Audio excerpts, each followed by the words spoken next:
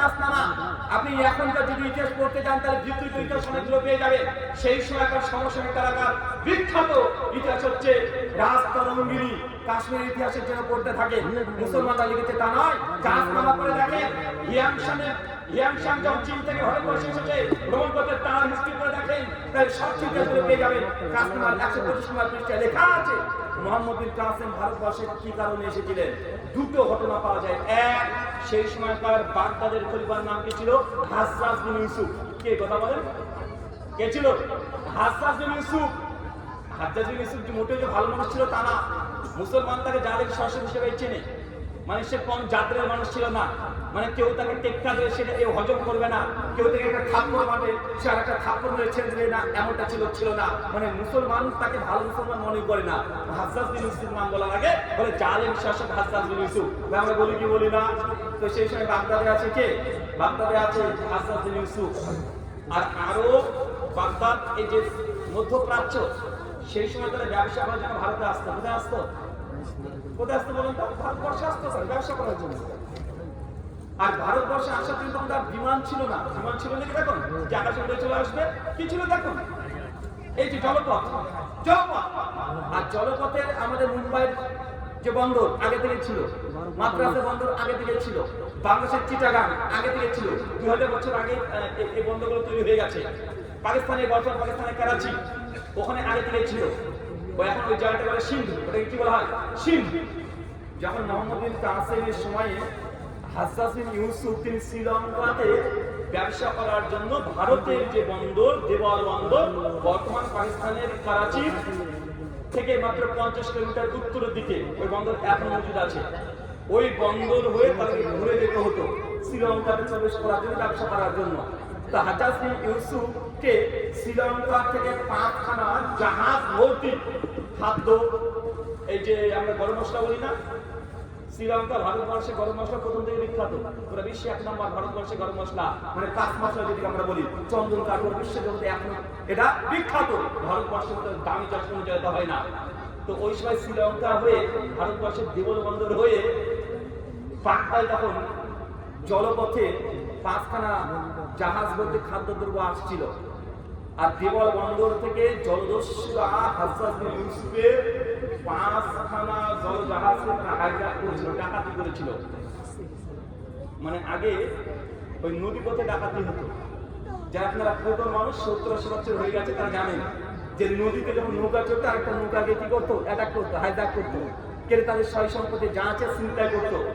তো সেই সময় হাজ্জাজ বিন ইউসুফের 5খানা একদম জাহাজ ভর্তি খাদ্যদ্রব্য সহ সবটা হাইজ্যাক করে নেয়।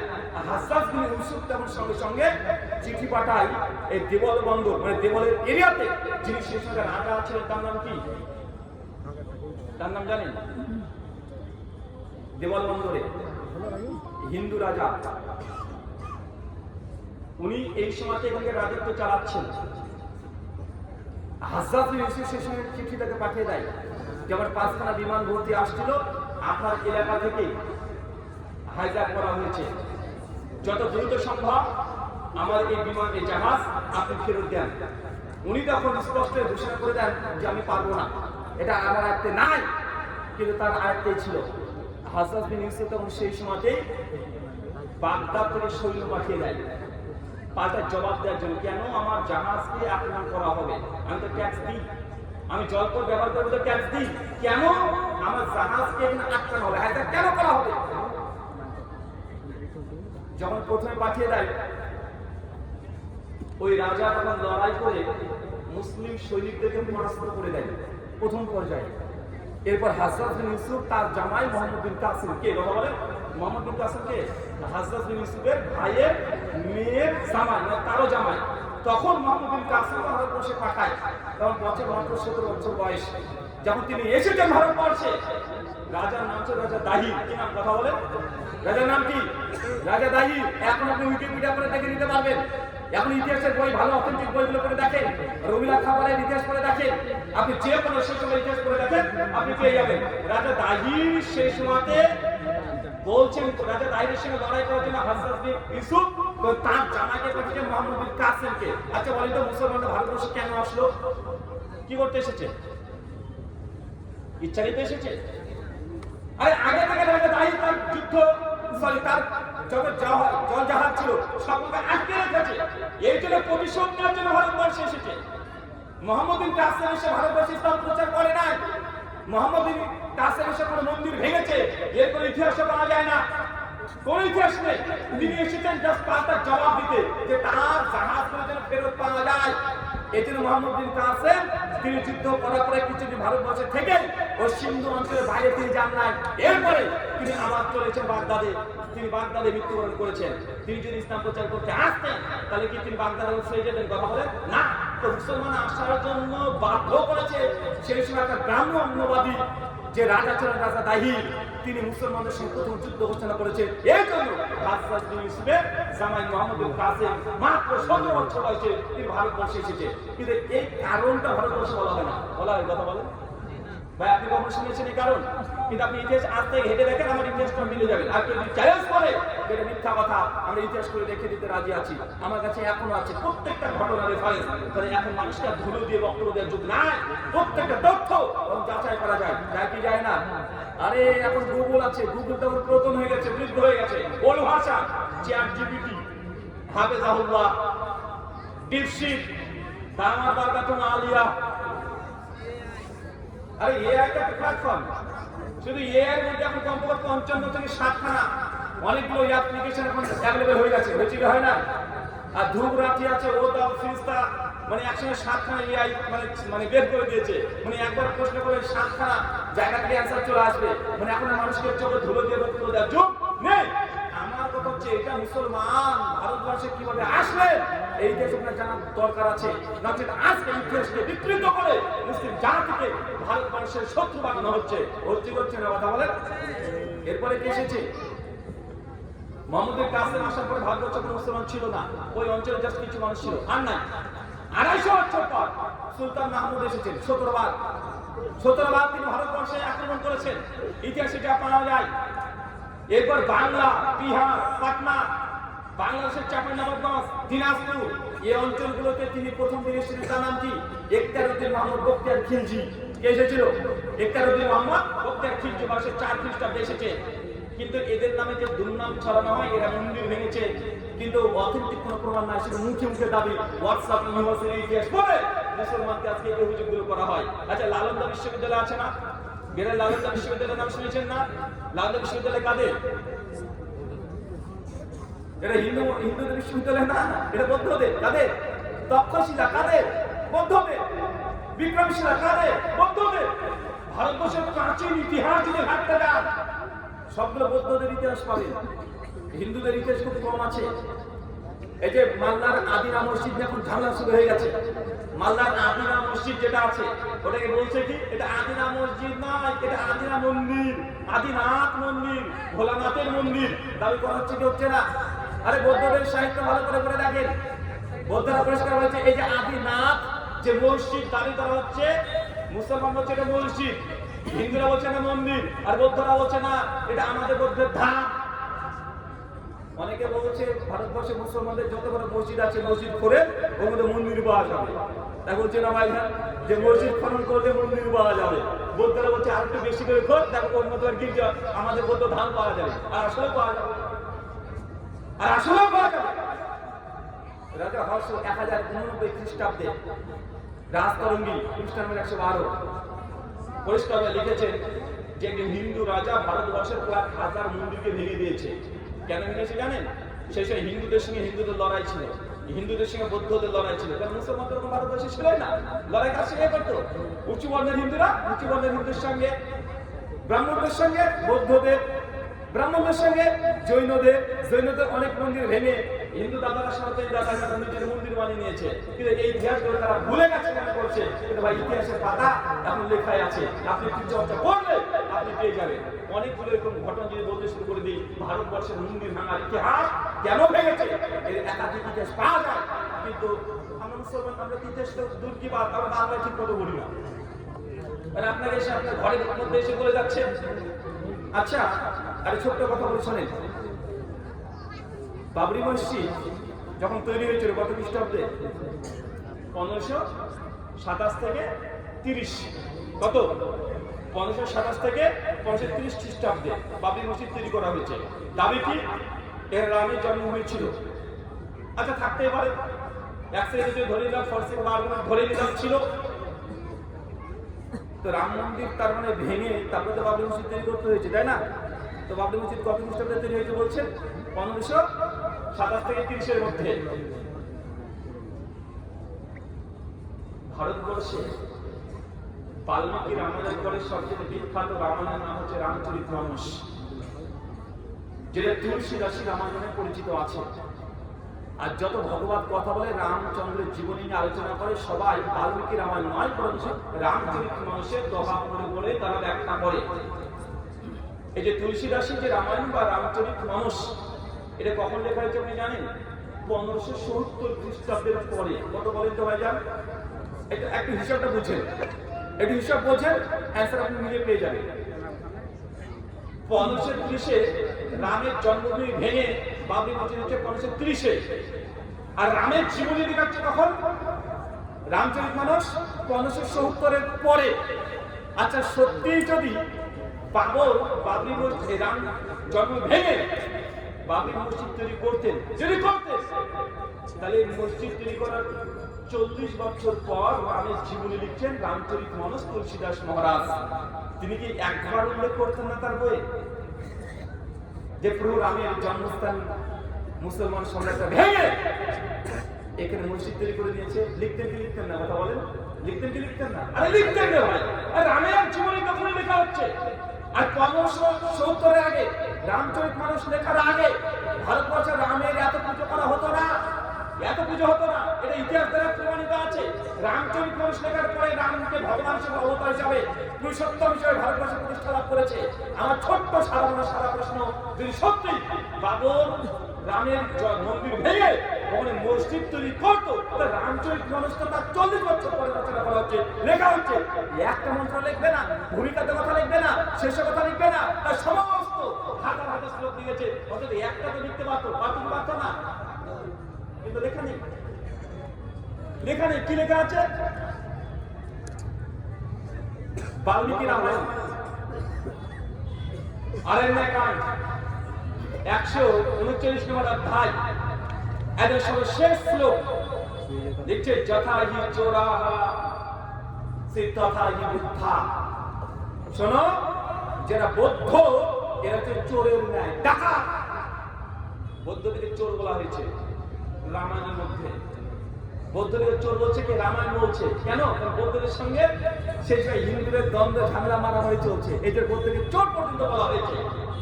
তো এই প্রশ্ন এটা লজিক্যাল অটোমেটিক চলে আসে। রামচরিতমানসে সত্যি বাবর যদি কোনো মন্দির ভেঙে যদি মসজিদ তৈরি করতেন, একটা শ্লোক একটা মন্ত্র লেখা থাকতো, কিন্তু কোনো ইতিহাসে কিছু পাওয়া যায় না। আমাদের পশ্চিমবাংলার গর্ব, তার নাম হচ্ছে চৈতন্য মহাপ্রভু। কি নাম? কথা বলেন। নদিয়ার মায়াপুর ধাম নবদ্বীপ, দেখবেন যখন নামযজ্ঞ হয়, একজন মানুষ মানে খালি গায়ে আছে, ধুতি পরে আছে, হাতটাকে এই করে থাকে, মাথায় কোনো চুল নেই, এই সিদ্ধি আছে, ওনার নাম হচ্ছে চৈতন্য মহাপ্রভু। কথা বুঝতে পারছেন? এই যে হরিনাম ধরে জপ করা হয়, এটা চৈতন্য মহাপ্রভুর আইডিওলজি। 1530 খ্রিস্টাব্দে চৈতন্য মহাপ্রভু তিনি সেই সময় জীবিত আছেন। আমাদের পশ্চিম বাংলা মায়াপুর নবদ্বীপ এই অঞ্চলগুলোতে থেকে তিনি ভক্তি আন্দোলন শুরু করেছেন। তিনি একজন পুরী, মানে ওই যে জগন্নাথ যে ধাম বলছি, তিনি ওইখানে পর্যন্ত গেছিলেন 1530-এর দিকে। তা আমার সাদা প্রশ্ন, ওই সময়টা যদি সত্যি বাবর রামের জন্ম ভেঙে তিনি যদি একটা মসজিদ তৈরি করে দেবেন, তাহলে সেই সময় চৈতন্য মহাপ্রভু একটা কথা বলবেন না? চৈতন্য ভাগবত মজুদ আছে, চৈতন্য ভাগবত গ্রন্থ মজুদ আছে, তার পার্শ্বরা লিখেছে। তারা কি লিখতে পারতেন না যে রামের এই জন্মকে ভেঙে দিয়েছে মুসলমানরা, বাবার ভেঙেছে, মসজিদ তৈরি করেছে? চৈতন্য মহাপ্রভু আমাদের পশ্চিম বাংলা থেকে একদম উড়িয়া পর্যন্ত, উড়িষ্যা পুরী ধাম পর্যন্ত তিনি গোটা অঞ্চলে ভারতবর্ষে ভক্তি আন্দোলন তিনি করেছেন, মুসলমানদের সঙ্গে আলোচনা করেছেন। সেই সময় বিভিন্ন জায়গায় তিনি সভা সমিতি করেছেন, তিনি কৃষ্ণের বাণী প্রচার করে দিয়েছেন। চৈতন্য মহাপ্রভু চৈতন্য ভাগবত মজুদ আছে, কিন্তু তিনিও কোনো কথা বলেননি। তার মানে কি বোঝা যাচ্ছে বলেন তো? ইতিহাসকে বিকৃত করার চেষ্টা করলে নয়। চৈতন্য মহাপ্রভুর সভাতে মন্দির ভেঙে মসজিদ তৈরি হবে, আর তিনি কোনো কথা বলবে না? এটা অন্তত থেকে আমরা বিশ্বাস করতে পারি না। অবশ্যই তিনি বলতেন। এই জন্য আমি বলেছিলাম যে কোনটা মসজিদ আর কোনটা মন্দির, এই তদন্ত করার আগে চৈতন্য মহাপ্রভুকে কে হত্যা করেছে এই কেস খোঁজানোর দরকার আছে। এই কেসটা আপনারাও জানেন না। চৈতন্য মহাপ্রভু যার নাম বলছি তিনি যে যারা শ্রীকৃষ্ণের ভক্ত, চৈতন্য মহাপ্রভুকে তারা মনে করে শ্রীকৃষ্ণের অবতার মনে করেন, অবতার মনে করেন। চৈতন্য মহাপ্রভুর জনপ্রিয়তা এত বেশি ছিল যে মুসলমানরা তার শিষ্যত্ব গ্রহণ করেছিল। কেন? চৈতন্য মহাপ্রভু তিনি কোনো সময় হিন্দু মুসলমানের ভেদাভেদ তিনি করতেন না। তিনি জাত পাতকে ধ্বংস করে দিয়েছেন। তার মধ্যে সবচেয়ে চৈতন্য মহাপ্রভুর মানে যে দল তৈরি করেছিলেন, এখানে মুসলমান অনেকজন সামিল হয়েছিলেন, হিন্দু নিচু বর্ণের নিচু কাস্টের অনেক মানুষ সামিল হয়েছে। একসঙ্গে তারা এই আন্দোলনগুলো করেছে। সমাজের বড় বড় যারা ধনী শ্রেণীর মানুষ আছে তার বিরুদ্ধে, ব্রাহ্মণের বিরুদ্ধে লড়াই করেছে হিন্দু মুসলমান একসঙ্গে চৈতন্য মহাপ্রভুর সঙ্গে। এই যে চৈতন্য মহাপ্রভু পার্শ্বদ যারা আছে দেখবেন 3 জন মুসলমান। কয়জন? 3 জন মুসলমান।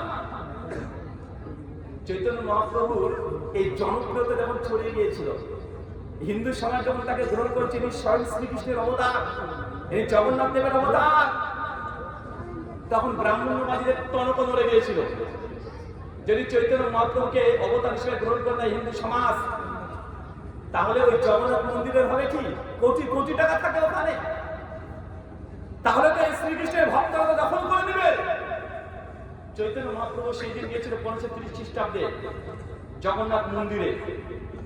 যখন জগন্নাথ মন্দিরে প্রবেশ করে, তারপরে জগন্নাথ মন্দিরে 5 ঘন্টা গেট বন্ধ হয়ে গেছিল, অটোমেটিক, কোনোদিন বন্ধ হয় না, 5 ঘন্টা বন্ধ হয়ে গেছিল। কেন?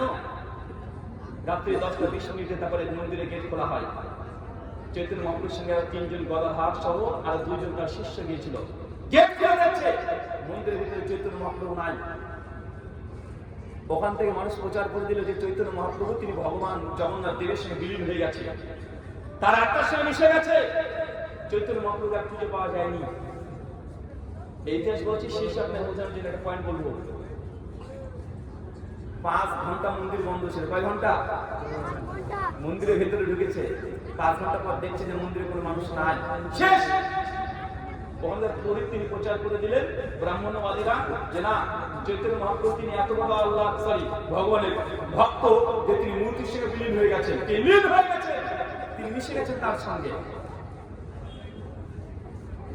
2001 সালে আনন্দবাজার পত্রিকা একটা আর্টিকেল ছাপিয়েছিল, জগন্নাথ মন্দির যখন পূর্ণ সংস্কার চলছিল, মানে ভেঙে চলে গিয়েছিল, ভিতরে যখন পূর্ণ খনন কাজ চলছিল, ওই মন্দিরের ভেতর থেকে 2টো লাশ পাওয়া গিয়েছে, প্রায় 6 ফিট লম্বা। মন্দিরের ভেতরে লাশ পাওয়া গিয়েছে, ওটা ফরেন্সিক টেস্ট করার কথা বলা হয়েছে, ফরেন্সিক টেস্ট করেনি। অধিকাংশ ইতিহাস গবেষক যারা আছে তারা বলছে ওই মন্দিরে সেদিন চৈতন্য মহাপ্রভুকে হত্যা করা হয়েছিল এবং মন্দিরের ভিতরে পুঁতে রাখা হয়েছিল। আর যে কঙ্কাল পাওয়া গিয়েছে, এই কঙ্কাল চৈতন্য মহাপ্রভু। কার কথা বলে? এই চৈতন্য দেবের তার এটা কঙ্কাল, কিন্তু এই ইতিহাসকে ঢেকে রেখে দিয়েছে। কেন জানেন? কারণ চৈতন্য মহাপ্রভু তিনি হিন্দু মুসলমানদের ভেদাভেদ করতেন না, তিনি শূদ্র মুসলমান সব একসাথে নিয়ে তিনি চলতেন। সেসব ব্রাহ্মণবাদের টনক নড়ে গেছে, যে লোকের যারা জনপ্রিয়তা এই ভারতবর্ষে চলতে থাকে, তো ভারতবর্ষে এই রাজনীতি চলবে না, এই জন্য তাকে হত্যা পর্যন্ত করে দিয়েছে। কিন্তু এই ইতিহাস উদ্ঘাটন করতেও চায় না। একজন করতে গেছে জয়দেব মুখার্জি। জয়দেব মুখার্জি ঐতিহাসিক হিন্দু ইতিহাসে তিনি লিখেছেন, তিনি 2টো বই রচনা করেছেন বাংলাতে। কাহা গেলে তোমা পাই, এই বই যখন তিনি রচনা করেছেন, প্রথম খণ্ড রচনা করার পরে তিনি লিখছেন যে চৈতন্য মহাপ্রভু কখনো বিলীন হয় না, তাকে হত্যা করা হয়েছে। আমি যথেষ্ট প্রমাণ আমার কাছে আছে, আমাকে এই বই প্রকাশ করতে দেওয়া হোক। যখন তিনি এটাকে প্রচার করে দিয়েছেন, আনন্দবাজার পত্রিকা 1987 সালে এই খবর ছাপিয়েছে, তারপরে তিনি সকালবেলায় ওই জয়দেব মুখার্জিকে হত্যা করা হয়েছে। কাকে কথা বলেন? যিনি গবেষক, তাকে হত্যা করে দেওয়া হয়েছে। কেন? চৈতন্য মহাপ্রভুর জীবনী নিয়ে যারাই গবেষণা করেছে তাকে দূরে সরে দেওয়া হয়েছে। কারণ একটাই, যারা আজকে আমাদেরকে বলছে মুসলমান তোমরা মন্দির ভেঙে মসজিদ করেছো, আচ্ছা তাদের মধ্যে এত আছে, এই ইতিহাস যারাই বলেছে তাকে পৃথিবীতে সরে দেওয়া হয়েছে। জ্বলন্ত প্রমাণ জয়দেব মুখার্জির কাহা গেলে তোমা পাই, চৈতন্য মহাপ্রভুর অন্তর্ধান। এটা গুগলে একটু লিখে সার্চ করেন, আমার প্রত্যেকের কথার তথ্য আপনি পেয়ে যাবেন। এই কথাগুলো বলার উদ্দেশ্য কি জানেন? আমার উদ্দেশ্য হচ্ছে এটা